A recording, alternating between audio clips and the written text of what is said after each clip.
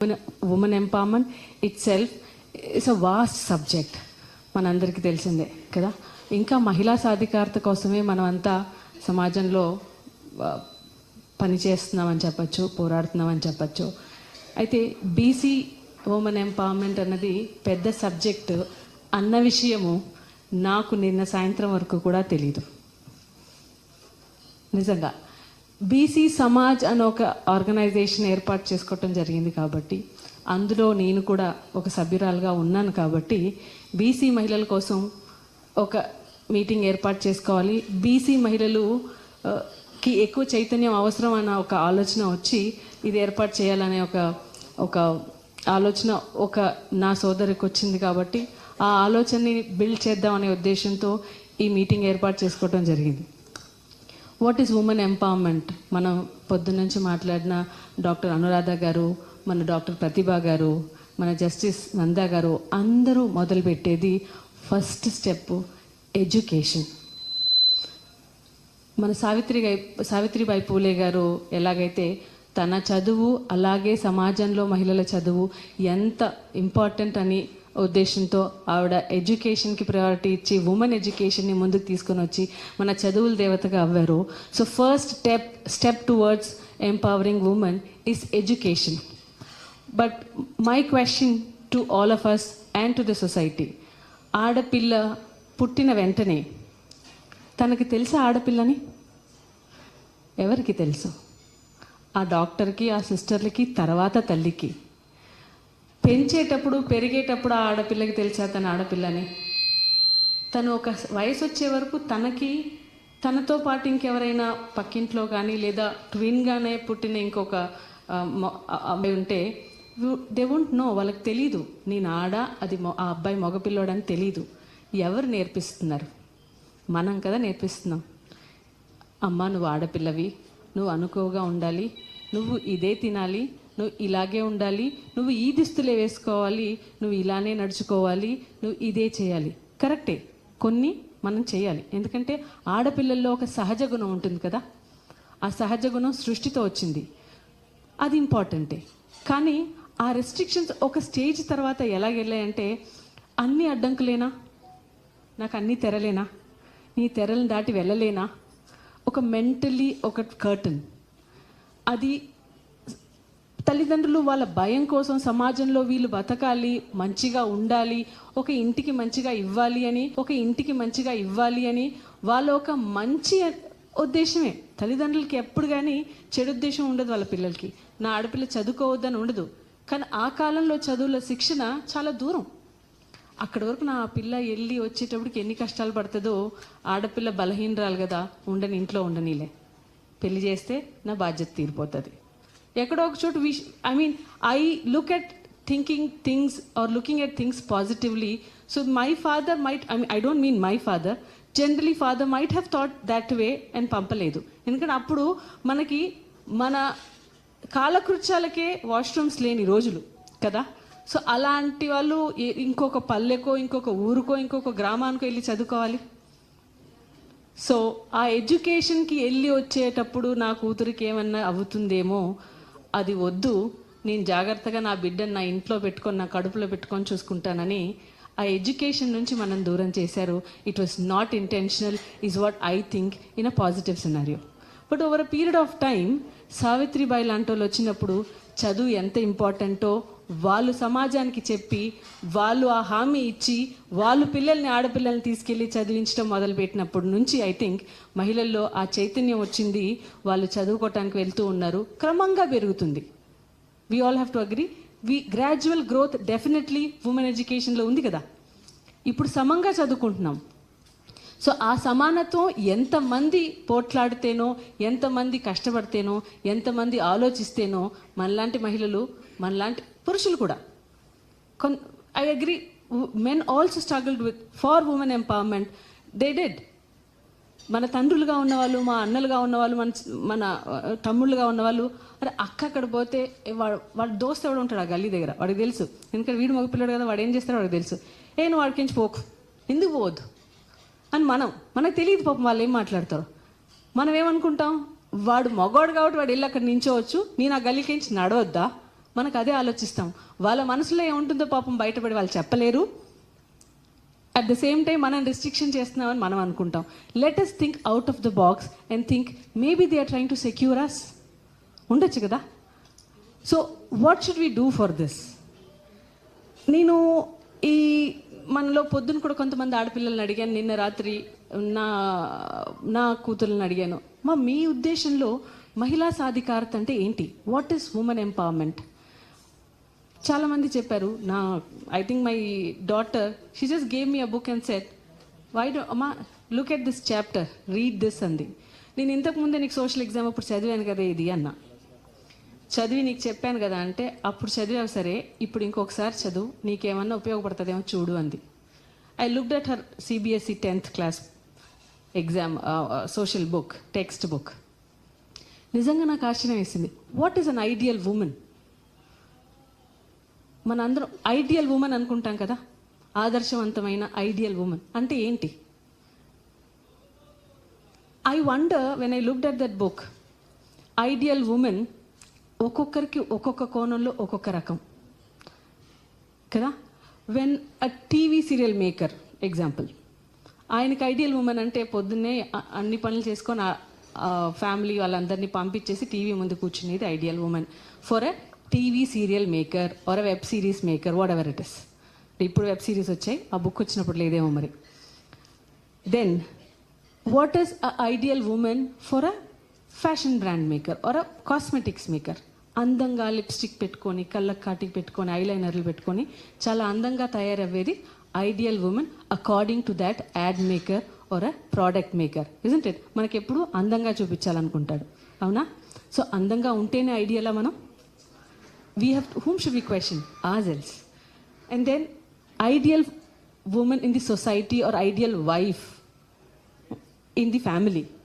మనం చాలాసార్లు mothers day రోజు మనం కూడా చాలామంది మనం ఒక పిక్చర్ మనకు తెలియకుండానే మనం షేర్ చేస్తామేమో.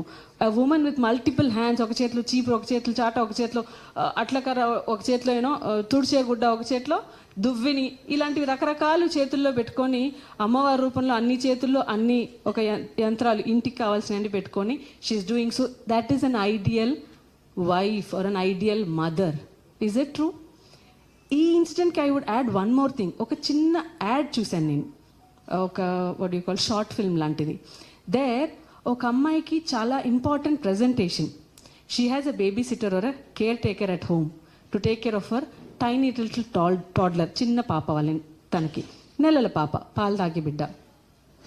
తను పాల డబ్బా అన్నీ ఏర్పాటు చేశాను అనుకొని బిడ్డను వదిలేసి ఆ ప్రజెంటేషన్ ఇవ్వటం కోసం వచ్చింది. ఆ ప్రజెంటేషన్ ఇవ్వబోతున్న ఒక 5 నిమిషాల ముందు తనకి వాళ్ళ కేర్ టేకర్ నుంచి ఫోన్ వస్తుంది. ఆ ఫోన్లో తను అంటది, దీదీ घर पे दूध पाउडर खत्म हो गया है, అవి దూద్ నహీ హై. ఆ బిడ్డను వదిలేసి తను ఆ బయటికి వెళ్ళలేదు. ఆ పనమ్మాయికి బయటికి వెళ్ళి కొనుక్కురావటం తెలీదో ఏంటో కాబోలు. తల్లి ఇక్కడ తల్లడిల్తుంది. She started questioning herself, I'm not an ideal mother. And she started fearing than concentrating on the presentation. And the presentation was all about a perfect mother. ఆ ప్రజెంటేషన్ తను ఏదైతే ఇవ్వబోతుందో అది పర్ఫెక్ట్ మదర్ గురించి. నేను ఒక perfect mother గురించి presentation ఇవ్వబోతున్నాను, కానీ నేను పర్ఫెక్ట్ మదర్ కాదు అనే ఆలోచన తనకు వచ్చింది. So her colleague supported her. She came and spoke to her. It is okay not to be perfect. You can not balance at all times. It's okay if you skip it. I will take care of that. నేను వెళ్ళి నీ బిడ్డకు అక్కడ పాలు చూస్తాను, నువ్వు నీ presentation ఇవ్వు, because your requirement is here much.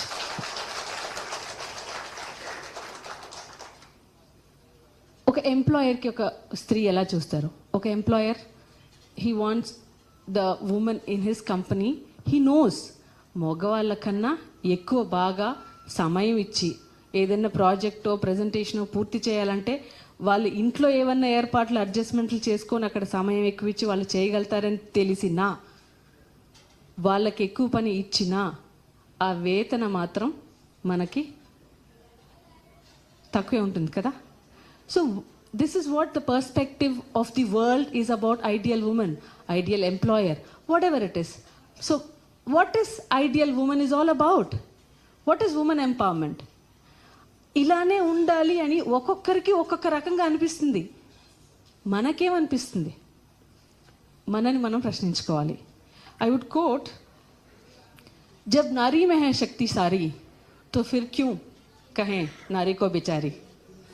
When a woman is so strong, why are we looking at outside and why do we say no, she needs strength? No, woman is already strong from within.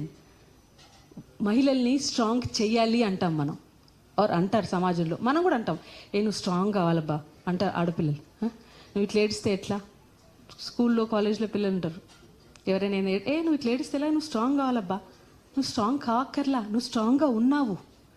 కానీ నీ స్ట్రెంగ్త్ని ఒక సమాజం ఆ పర్స్పెక్టివ్లో చూడట్లేదు కాబట్టి నువ్వు చూడట్లేదు. Tap your inner self. You are really strong. We are strong.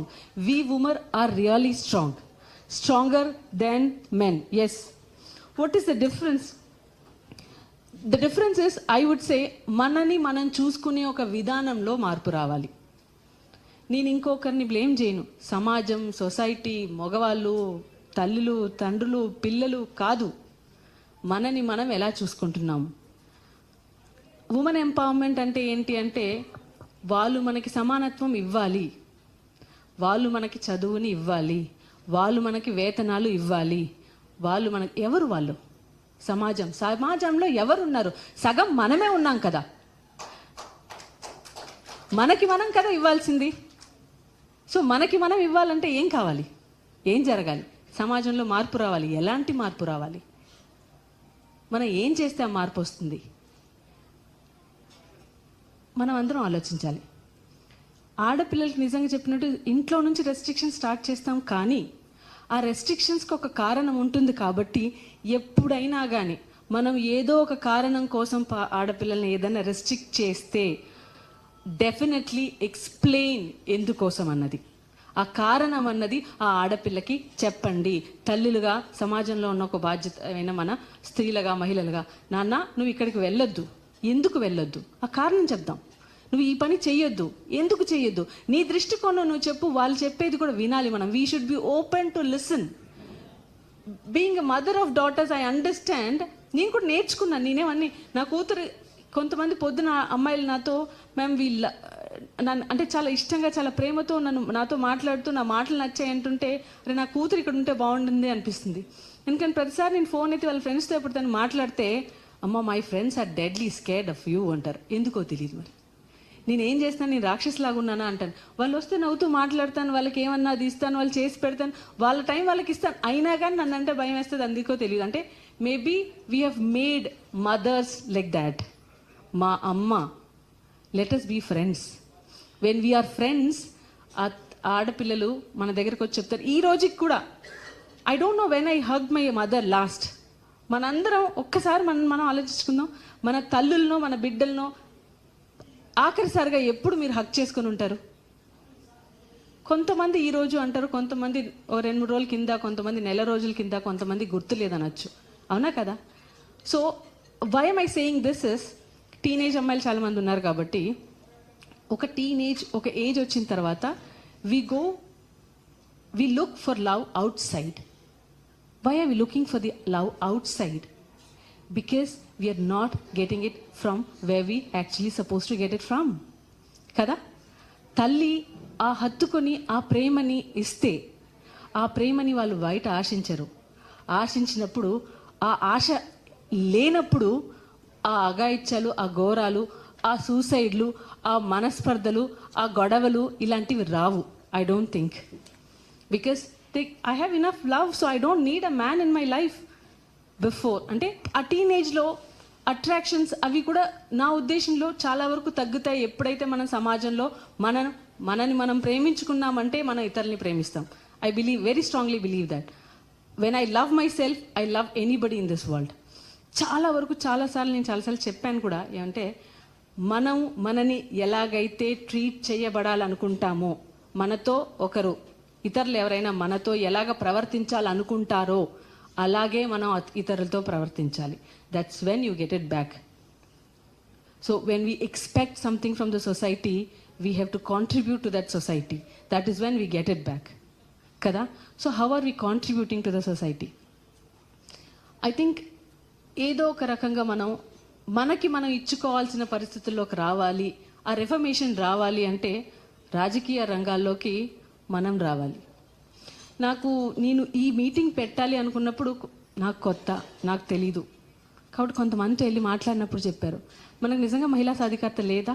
ఇంతకుముందు ఉమెన్ ఉద్యోగాలు చేయలేదా, పనులు చేయలేదా? బీసీ కులాల్లో ఎవరు చేశాం? నాకు తెలిసి చేశాం. కుమ్మరోళ్ళు కుండలు చేస్తుంటే కుండలు తీసుకుపోయి తట్టేది వాళ్ళే, ఆమ్ల పెట్టేది వాళ్ళే, ఆమ్ల గాలిన తర్వాత తీసుకొని వచ్చి ఎండకి పెట్టేది వాళ్ళే, బయట మార్కెట్లలో తీసుకెళ్ళి అమ్మేది వాళ్ళే, ఆడవాళ్ళే కదా కదా. సో ఎంప్లాయ్మెంట్ ఉంది. డబ్బు మా చేతికి రాలేదంటారేమో, మార్కెట్లో అమ్మినప్పుడు పైసలు వస్తాయి. ఎంత వచ్చినాయి అని ఇంట్లో మగవాళ్ళు అడిగితే 12 రూపాయలు వస్తే 10 రూపాయలు వచ్చినాయి. ఆ 2 రూపాయలు మడిచి దాచిపెట్టుకుంటాం, డబ్బలు వేసి పెట్టుకుంటాం. ఎందుకు? రేపు మన కొడుకో బిడ్డనో తల్లో ఏదో ఒక అవసరం, ఇంట్లో దావత్ వచ్చింది, మీ చెల్లి ఇంట్లో దావత్ అంట, బియ్యం పోయమంటున్నారు, ఇంతనే ఉన్నాయి నా దగ్గర, దీనికన్నా పైసలు ఎక్కువ లేవు నా తన, ఏదో ఉన్నది పెట్టేది. కానీ అక్కడ మన స్థాయి మనం పెంచుకోవటం కోసం ఆ 10 రూపాయల్లోకి మనం చేర్చిపెట్టిన 4 రూపాయలు చేర్చి వెళ్ళి బట్ట తెస్తాం. ఎంత తెచ్చినావు? నువ్వు 500 ఇచ్చినావు కదా, నేను 400కే తెచ్చినా, 100 రూపాయలు నువ్వు అడగొద్దు, నేను పెట్టుకుంటున్నా అని చెప్తాను. ఎందుకు? నిజమా కదా? ఇందులో చాలామంది ఆ పని చేస్తుంటారా లేదా? ఆయనకి మాత్రం తక్కువ చెప్తాం, కానీ మన కుటుంబ గౌరవం పెంచుకోవడం కోసం మనం చేరుస్తాం. అంటే మన చేతిలో అప్పుడు డబ్బు ఉండింది, ఎంతో కొంత ఎక్కువ అన్ను. అలాగే పద్మశాలిలు వాళ్ళు బట్టలు వేస్తారు కదా, ఆ దారాలు విడదీసేదో, రంగులేసేది, ఆ మగ్గాలు కట్టేది ఎంతమంది చేయలేదు? ఆడవాళ్ళు చేస్తామా లేదా? అవునా కదా? కుల వృత్తుల్లో ప్రతి చోటు గౌన్లోళ్ళు చెట్టు మీదకి వెళ్ళి కళ్ళు తీస్తే ఆడవాళ్ళు కింది తీసుకొచ్చిన తర్వాత అమ్మినోళ్ళు చాలామంది ఉన్నారు. ఎందుకు? కళ్ళు కంపౌండ్లలో కూడా ఆడవాళ్ళు ఉండి అమ్మినోళ్ళు నా చిన్నప్పుడైతే నేను చూసిన. ఉందా లేదా? అవునా కదా? సగరులు ఉప్పర్ పని, మన మట్టి పని కట్టడం పనికి వెళ్ళినప్పుడు వాళ్ళ వెంబడి ఎంతమంది ఆడవాళ్ళు వెళ్ళే చేస్తాం. చేయలేదని కాదు, మన వేతనం మనకు వచ్చింది. ఇంట్లోకి 10 రూపాయలు ఇస్తే 1 రూపాయి మనం దాచుకున్న రోజులు కూడా ఉన్నాయి. మనకు అప్పుడు కూడా ఎకనామిక్ ఇండిపెండెన్స్ ఉండింది, కానీ దానికి డైరెక్షన్ లేదు. I would say economic empowerment అన్నది ఆ కాలంలో కూడా ఉండింది, కానీ డైరెక్షన్ లేదు. సో మనకేం కావాలి? మన దగ్గర ఉంది, కానీ మన దగ్గర ఉంది అన్న విషయం మనకే తెలియదు. అవునా కదా?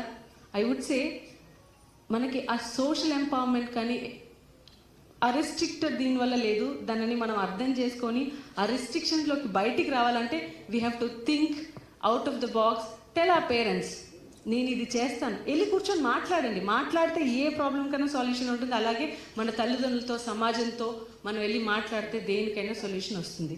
అలా so we have to give the direction to our thoughts, our activities. Financial independence మన చేతికి ఎవరో ఇస్తే కదా, ఆనాటి నుంచి మనకు ఉందని అనుకుంటా నేను. అప్పుడు తక్కువ శాతం, ఇప్పుడు శాతం పెరిగింది. But we did have financial independence. మనకి లేనిది ఏంటిది? మనకి లేనిది మన కోసం కొన్ని మనకు కావాలి కదా. చాలా ఆ ఎడ్యుకేషన్లో కొన్ని సీట్లు రకరకాలు మన కోసం, మహిళల కోసం కొన్ని కావాలి. మనం చూసింది ఏంటంటే వాష్రూమ్స్ లేవు. ఎన్ని రోజులు లేవు? స్వాతంత్రం వచ్చి ఎన్నో సంవత్సరాల వరకు గ్రామాల్లో ఇంకా వాష్రూమ్స్ లేవు. సో ఇలాంటివన్నీ ఆలోచన చేసేది ఎవరు? ఒక స్త్రీ ఆలోచించాలి కదా. దీన్ని మనం ఎలా తీసుకొని వస్తాం? ఆ రెఫర్మేషన్ ఎలా తీసుకొని వస్తాం? సొసైటీకి నేను కాంట్రిబ్యూట్ చేస్తే సొసైటీ నాకు ఇస్తుంది. సో నేను ఎలా కాంట్రిబ్యూట్ చేస్తున్నా అంటే మనం అందరం చైతన్యవంతమై ఒక యూనిటీ అయి, అదేదో చెప్తారు ఒకప్పుడు, ఎండ్రికాయలు పైకి ఒకటి ఎక్కుతున్నట, ఒకదాన్ని ఒకటి లాగి కింద పడేస్తాయి అంటారట. నేను నిజంగా కూడా ఈ మధ్యకాలంలో ఒక చేపలు కొట్టుకెళ్ళినప్పుడు ఒక బకెట్ నిండా ఎండ్రికాయలు ఉండేది. ఇప్పుడున్న సినారియో మారిపోయిందేమో, అందుకే నేను అది చూసానేమో అనిపిస్తుంది. ఇప్పుడున్న సినారియో ఏంటంటే ఒక్కొక్కటి ఒక్కొక్క డైరెక్షన్లో అది ఎక్కుతుంది, అది దిగుతుంది, పడుతుంది, లెగుస్తుంది, మళ్ళీ కిందికి వెళ్ళిపోతుంది కదా. కానీ అంటే మనం we are working in our direction, each one of us.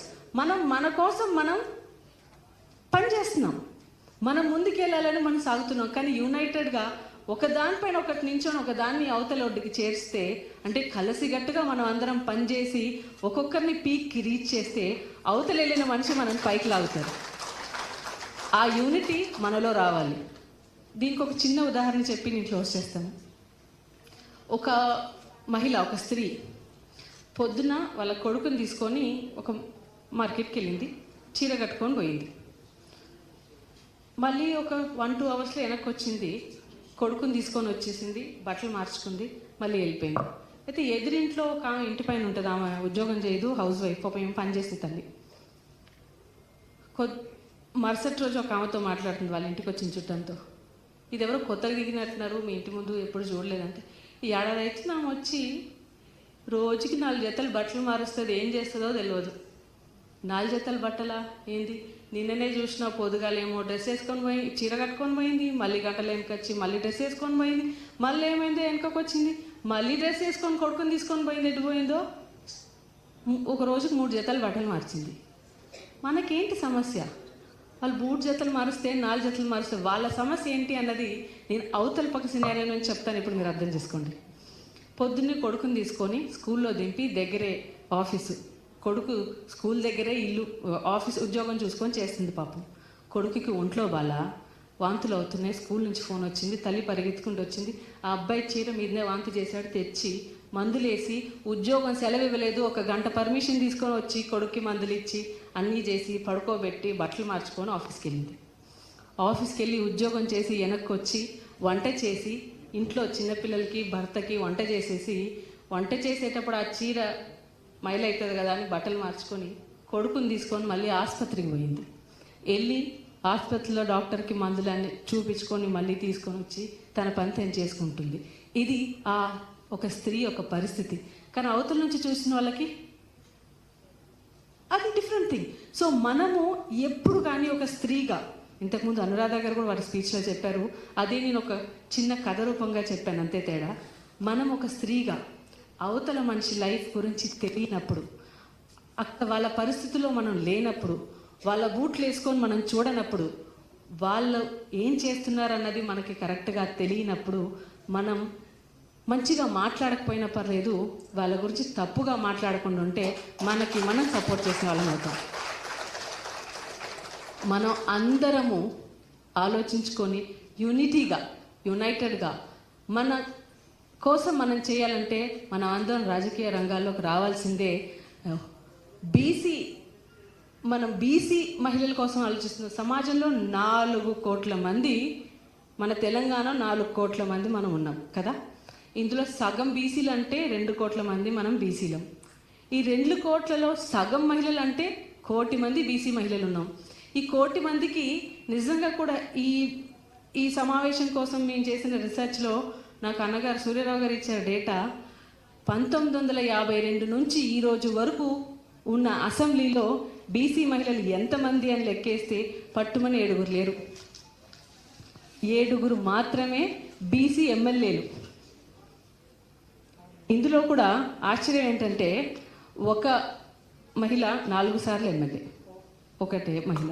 So ఆ 4ని తగ్గిస్తే మనం ఎన్నిసార్లు ఉన్నాం? సో మన కోసం మనం ఇచ్చుకోవాలి. ఎప్పుడు ఇచ్చుకోగలుగుతాం? మనము ఇచ్చుకునే ప్లేస్లోకి మనం వెళ్ళినప్పుడే. ఆ ఒక్క స్థాయికి మనం అందరం ఎదగాలని, మన కోసం మనమే అనే ఒక నినాదంతో మనం అందరం కూడా యునైటెడ్లీ సమాజంలో మన కాంట్రిబ్యూషన్ చేస్తూ, మన పక్కన వాళ్ళకి ఏదైనా ఇబ్బంది, కష్టం, ఆరాటం ఉంటే సహాయం వీలైనంత వరకు చేద్దాం. చెయ్యకపోయినా పర్వాలేదు, కానీ మనం స్త్రీలుగా ఇంకొక స్త్రీని విమర్శించొద్దు, తప్పు పట్టొద్దు, తప్పుగా ఎప్పుడు మాట్లాడొద్దు. కానీ మనం అందరం చైతన్యంగా మన కోసం మనం ఇచ్చుకునే స్థాయికి ఎదగాలంటే కంపల్సరీ అట్ ఎనీ కాస్ట్ అసెంబ్లీలో బీసీ మహిళ రావాల్సిందే. మన కోసం మన చట్టాలు మనమే చేసుకుందాం. ధన్యవాదాలు.